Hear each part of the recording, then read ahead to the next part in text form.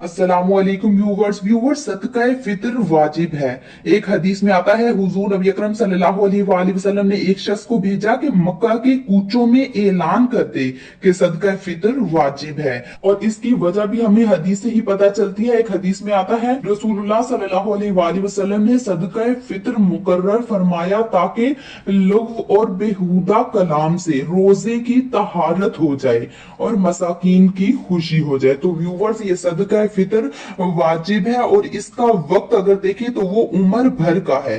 यानी अगर अदा ना किया तो अब अदा कर दे, अदा ना करने से साकित ना होगा, ना ही अब अदा करना कजा है, बल्कि जब भी वो अदा करेगा वो अदा ही होगा, कजा नहीं होगा। लेकिन सुन्नत तरीका ये है, मसनून ये है कि नमाज ईद के लिए जाने से पहले ही अदा करते। और ये ईद के दिन सुबह तुलू होते ही सदका फितर वाजिब हो जाता है।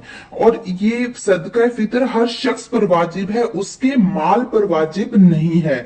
तो लिहाजा अगर कोई शख्स मर जाए तो उसके माल से अदा नहीं किया जाएगा, लेकिन अगर उसने वसीयत कर दी हो तो उसके तहाई माल में से जरूर अदा किया जाए।